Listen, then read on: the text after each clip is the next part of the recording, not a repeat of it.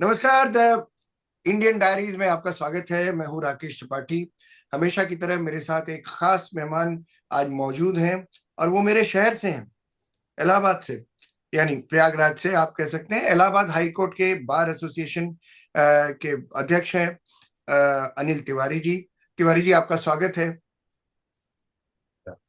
तिवारी जी, जो विषय आज का है आप सब जानते हैं। इस समय भारत में जो सबसे बड़ा सवाल है वो ये है कि क्या न्यायपालिका भी अ, ईमानदार है।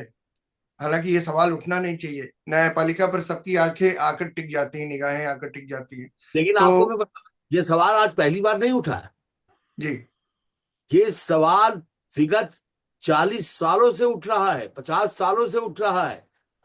आपको एक नाम बता रहा हूं, इब्राहिम छागला, बॉम्बे हाई कोर्ट। जी, उन्होंने बिल्कुल। ये सवाल 70 के दशक में उठाया। हम्म। मैं आपको और ऐसे नाम बता सकता हूं जिन लोगों ने, शांति भूषण जी ने ये सवाल सुप्रीम कोर्ट में उठाया। इस सवाल को दबाने की कोशिश की जाती रही है। पहली बार ये सवाल एक नेशनल मूवमेंट की तरह खड़ा हो। अब आम जनता सवाल पूछ रही है, मुश्किल ये हालात। बड़ी क्योंकि अजीब सी बात है। बड़ी अजीब सी बात है तिवारी जी के अगर ये नोटों के बंडल या बोरे अगर किसी पुलिस अफसर के, आईपीएस के यहाँ मिले होते, आईएएस के यहाँ मिले होते, तो क्या उसकी सजा एक तबादला मात्र होती? ये सजा भी, तबादला सजा भी नहीं तो नहीं है, ये तो घर वापसी का इनाम है। वही। ये इनाम दिया गया है। ये इसको कैसे देखते हैं आप? ये बड़ी अजीब सी बात है। तो मैं कुछ इसको जजों ने मिलकर फैसला कर लिया कि इन्होंने जो भी किया होगा उसकी सजा ये है कि ये तबादला है। ये कैसी बात है? मैं आपको बताता हूँ शुरू से, ताकि एक होलिस्टिक अप्रोच से देखा जाए जी, चीजों को। जी, जी, जी। पहली बात तो मैं ये क्लियर करना चाहता हूं कि मेरी लड़ाई जस्टिस यशवंत वर्मा या किसी एक व्यक्ति के खिलाफ नहीं। नहीं है। हम्म। बार एसोसिएशन ने ये कभी नहीं कहा कि जस्टिस यशवंत वर्मा आज से गिल्टी मान लिए गए, सजा दे दीजिए उन्हें। बार एसोसिएशन का कंसर्न है पब्लिक फेथ का टूटना। पब्लिक फेथ, जब एक जज कंट्रोवर्सी में फंसता है तो जज नहीं फंसता कंट्रोवर्सी में, इंस्टीट्यूशन फंसता है। कंट्रोवर्सी आज इंस्टीट्यूशन को लेके खड़ी है। यशवंत वर्मा तो उसका एक केवल हिस्सा है।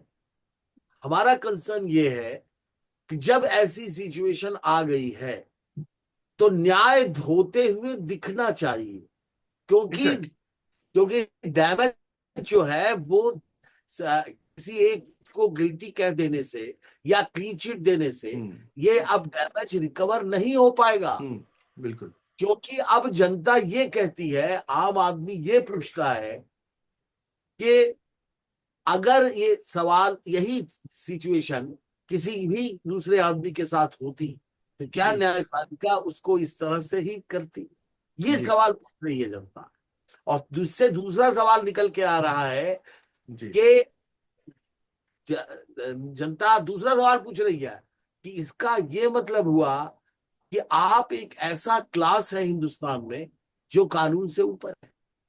हम्म। सुप्रीम कोर्ट ने बहुत बार कहा कि कोई भी कानून से ऊपर नहीं है, उसका स्टेटस चाहे कुछ भी हो।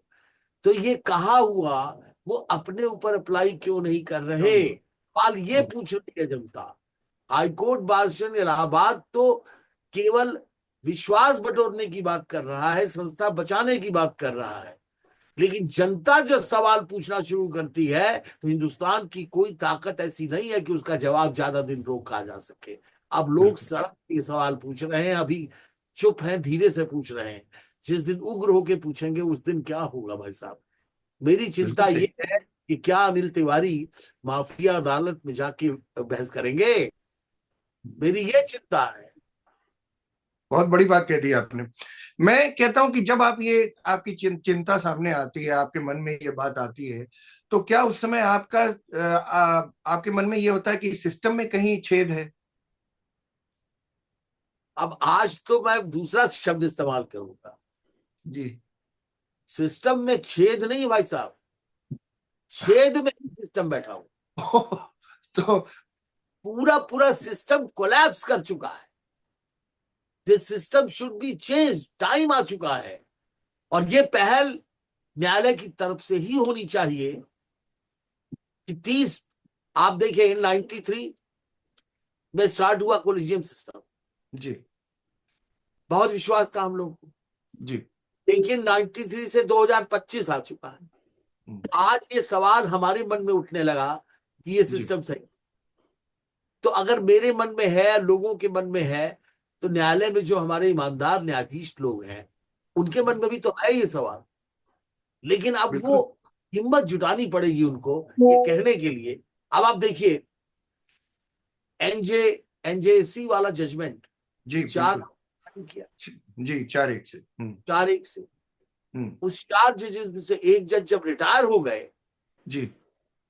आप कुरियन साहब थे क्या, जोसेफ कुरियन, जोसेफ कुरियन, हाँ हाँ जब वो रिटायर हो गए तो हाँ। उन्होंने उसमें एक स्टेटमेंट दिया कि मुझसे गलती हो गई, मैंने उस सिग्नेचर उस जजमेंट में अफर्म किया।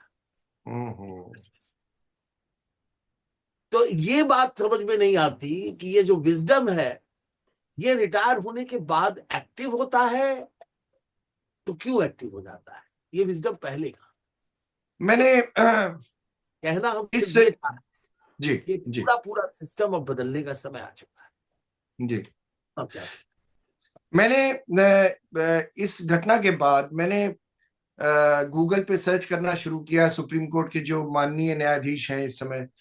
तो मैंने उनका इतिहास देखना शुरू किया, तो उसमें से कई लोगों के पिता, चाचा, भाई वो जज रहे हाई कोर्ट के या कहीं। सवाल उठता है कि अब आज आपने ये सवाल आखिर मन में आया है ना आपके, हाँ हाँ, ऐसा आप, कैसे हो जाता है? मैं बताता हूँ कैसे होता है। हाँ मेरे पास कोई एक अच्छी सी एक कोई गिफ्ट आइटम है जो जी। मैं एलिजिबल, एक पर्टिकुलर एलिजिबिलिटी वाले आदमी को देना चाहता हम्म। हूँ, एग्जाम्पल के तौर जी पर। अब जो एलिजिबिलिटी मुझे चाहिए जी उसमें हजारों आदमी हैं, जी। किताब एक हम्म। देना चाहता हूँ। सबसे पहले मेरे दिमाग में किसका नाम आएगा जिसकी मैं इसको दूं, जो मेरे करीब हो। सारा खामी तो यहां से है कि कोलिजियम किसको जज बनाती है, हाँ ये रिकमेंडेशन किसी को पता नहीं चलता।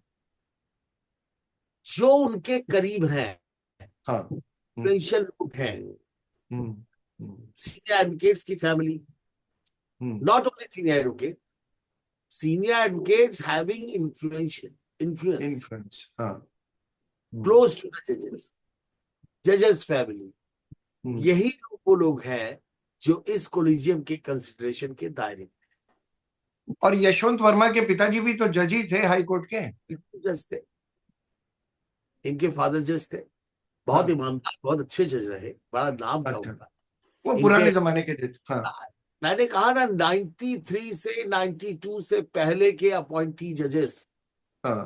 पुराने सिस्टम में अपॉइंट होते थे। आप हम्म। उनका नाम चार्ट पे आप ये रिसर्च कर डालिएगा, हाँ। उनके नाम नोट कर लीजिए और उनके जजमेंट्स पढ़ डालिए। Judgments, yes. उनके हाँ सुब्बा बिल्कुल राव साहब, अय्यर बिल्कुल। साहब, हाँ हाँ बिल्कुल बिल्कुल। भगवती, ये लोग हाँ 90 भगवती जी, हाँ पहले हाँ। वाले हैं। इनके उसके बाद जजमेंट्स पर किसी ने सवाल नहीं उठाए कभी। कभी नहीं, कभी नहीं।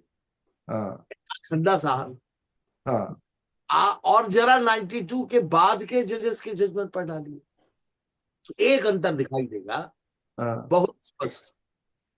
पहले के जजमेंट 10-20 पेज के होते थे, हाँ 92 के बाद के जजेस के जजमेंट 500, 1000, 1200, हाँ 1300 हाँ, बहुत लंबे बहुत लंबे, हाँ। का ज्ञान रहता उसको। लेकिन उस जजमेंट को पढ़कर आप समझ जाए, इसकी संभावना कठिन हो जाती है थोड़ी सी। हाँ, दुरूह भाषा, ध्रुव भाषा भाई, दुरूह। बहुत हाँ ज्यादा। मैं तो आपसे कहूंगा एक बार इंग्लैंड कोर्ट के या फॉरेन कोर्ट्स में, इंग्लैंड खास तौर से मैं कहूंगा कि आप उनके जजमेंट्स देखिए, हाँ। रेशियो आप समझ जाएंगे। लेकिन अब हम्म। के जजमेंट्स के रेशियो समझना कठिन हो गया है। हम ये कहना चाहते हैं कि कोलिजियम सिस्टम में जो चुने जाने वाले लोग हैं उनके कंसिडरेशन का जो फील्ड है वो बड़ी कम है। ये हम्म। ट्रांसपेरेंट, इसका ट्रांसपेरेंट होना बहुत जरूरी। जैसे हाँ। इतना इतना कंट्रोवर्सी हुई, 20 तारीख को कॉलेजियम ने रिकमेंड किया यशवंत वर्मा का ट्रांसफर इलाहाबाद। उसके बाद एजिटेशन शुरू हो गया, तो हम्म। उन्होंने रिकमेंड किया, 24 को फिर से किया। लेकिन जो हम्म। ऑर्डर आया उसमें क्या लिखा? ऑर्डर हम्म। लिखा है कि 20 और 24 की डिस्ट्रीब्यूटर है, he is represented to Allahabad. Allahabad है। क्या इतनी कंट्रोवर्सी उठ रही थी, तो क्या हम्म। जीएम सिस्टम क्या ये नहीं कह सकता था कि what are the reasons, what is the difficulty in not transferring any other place, और इन उनको दिल्ली रखने में परेशानी क्या हो रही? इतना ही बिल्कुल। ट्रांसपेरेंट ऑर्डर कर दिए होते, जनता गुस्से से चुप हो जाती। हाँ, नहीं नहीं, और बात सब सही। लेकिन अभी और भी सब वो वही ऑर्डर कर रहा है। और सबसे पहले आप ही ने बड़ा वैलिड क्वेश्चन उठाया कि is Allahabad high court a dustbin? मुझे तो ये लग रहा है कि जो सवाल मैं पूछ रहा था उस समय मेरे पास उत्तर नहीं था। मेरा confidence, we are not dustbin, but now I can say we have been declared a dustbin. Very bad. पहले तो मुझे कंफ्यूजन था ना, पहले तो ये डर लग रहा था कि कहीं ऐसा तो नहीं कि हम डस्टबिन है। एक सवाल था मन में, लेकिन अब तो हाँ। कंफर्म जुडिशियल ऑर्डर से, जुडिशियल एडमिनिस्ट्रेशन से हो गया है कि वी आर डस्टबिन। लेकिन आप दिल्ली आए थे और दिल्ली आके आपने सीजेआई से मुलाकात भी की। क्या रहा मुलाकात से, आपको क्या लगा? उस समय तो ये लगा कि देखिए, ऐसा है, सीजीआई एंड कॉलेजियम मेंबर्स बहुत व्यस्तता रहती है उन लोगों को, बहुत जजमेंट्स लिखाने हैं, इतना टाइम नहीं रहता। मैं बहुत आभार व्यक्त करता हूं कि बिना किसी प्रायर अपॉइंटमेंट के मैं गया था और उन्होंने मुझे सुना, और जी। सारे कॉलेजियम मेंबर्स वहां थे। उन्होंने मुझे बहुत कहा कि सारी बातें, उन्होंने हमारे पॉइंट्स को कहा कि हम लोग इसको देखेंगे, कंसीडर करेंगे। अब इससे ज्यादा तो ना उन्होंने एश्योरेंस दिया, और ना हम उम्मीद करते थे कि वो इससे ज्यादा कुछ कहेंगे, क्योंकि कंसीडर ही तो कर सकते हैं सारे लोग, अकेले आदमी का निर्णय तो होता नहीं।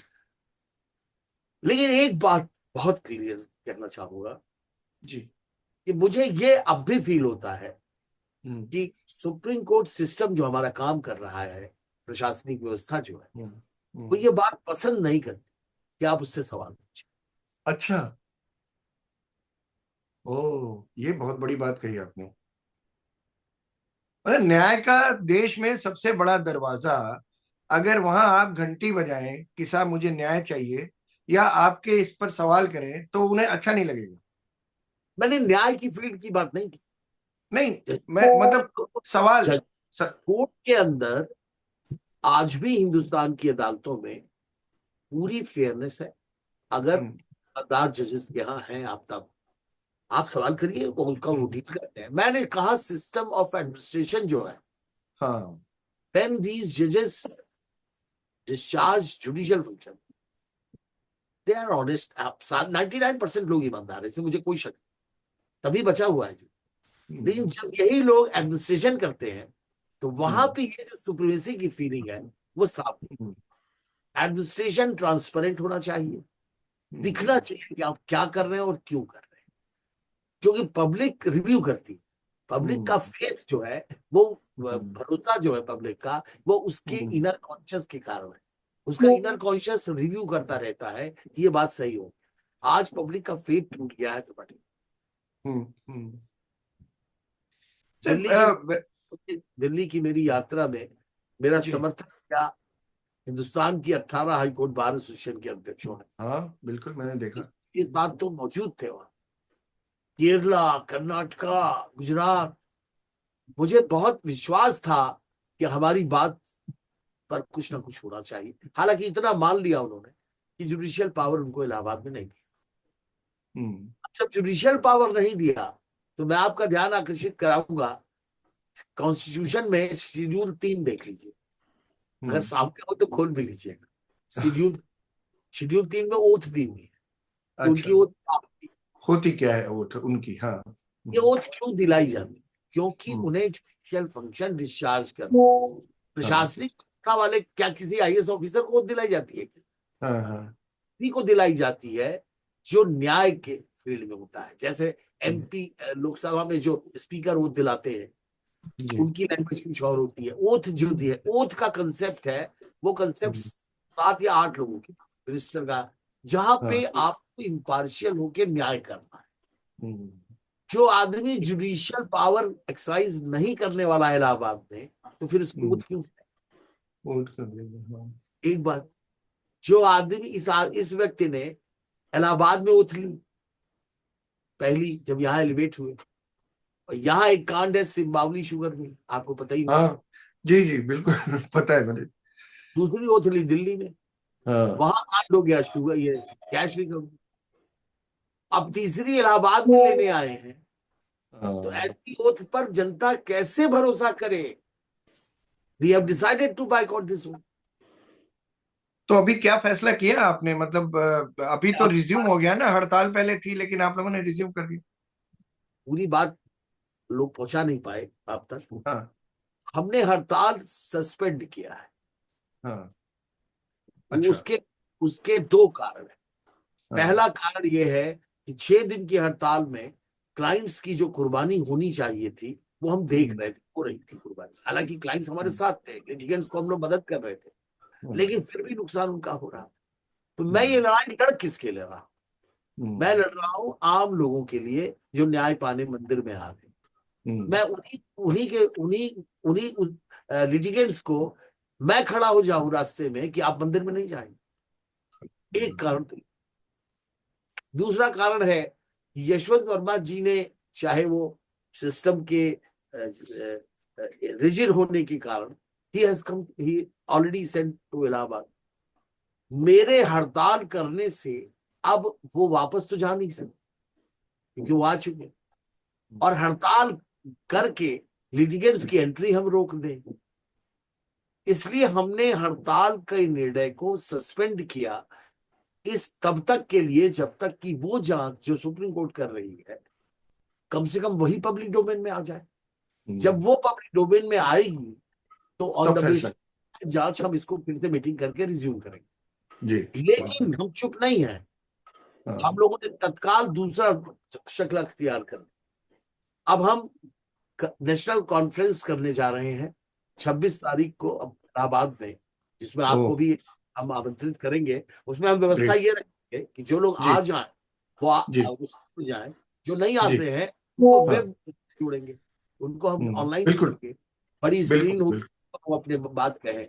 वाह, बहुत बढ़िया। तो नेशनल कॉन्फ्रेंस करने जा रहे हैं। हम्म। टॉपिक है judicial accountability hmm. And transparency in judicial system. ये बिल्कुल। टॉपिक, और ये बहुत बढ़िया। नेशनल लेवल पर करेंगे।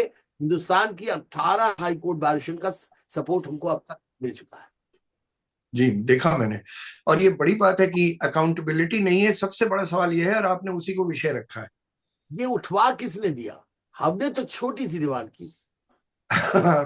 मत भेजिए, तब हाँ तक जब तक ये जांच नहीं हो जाती, यही हाँ। कहा। लेकिन आज तो इन लोगों ने अपने कारण ये सब मुद्दा खड़ा करा दिया ना, क्योंकि अब बार एसोसिएशन लार्जर मुद्दों पे चली गई। और जब तक मैं इस कुर्सी पे हूं, इस मुद्दे को मैं लड़ता ही रहूंगा। जब कुर्सी से नहीं रहूंगा तो आम आदमी की तरह रहूंगा, लेकिन मेरी आवाज अब बंद नहीं होगी त्रिपाठी। ये बड़ी बात है। और चलिए, ये बहुत अच्छी बात है। मैंने देखा, आपने भी कहा, और मैं भी ये समझता हूँ कि न्यायपालिका में हम सभी का भरोसा है। और एक आध दो केसेस हो सकते हैं इस तरह के, हो सकते हैं, लेकिन ज्यादातर लोग ठीक हैं। और तभी आपने जो बहुत अच्छी बात कही कि ये सब टिका हुआ है, नहीं तो ये भरभरा के गिर पड़ता किसी रोज।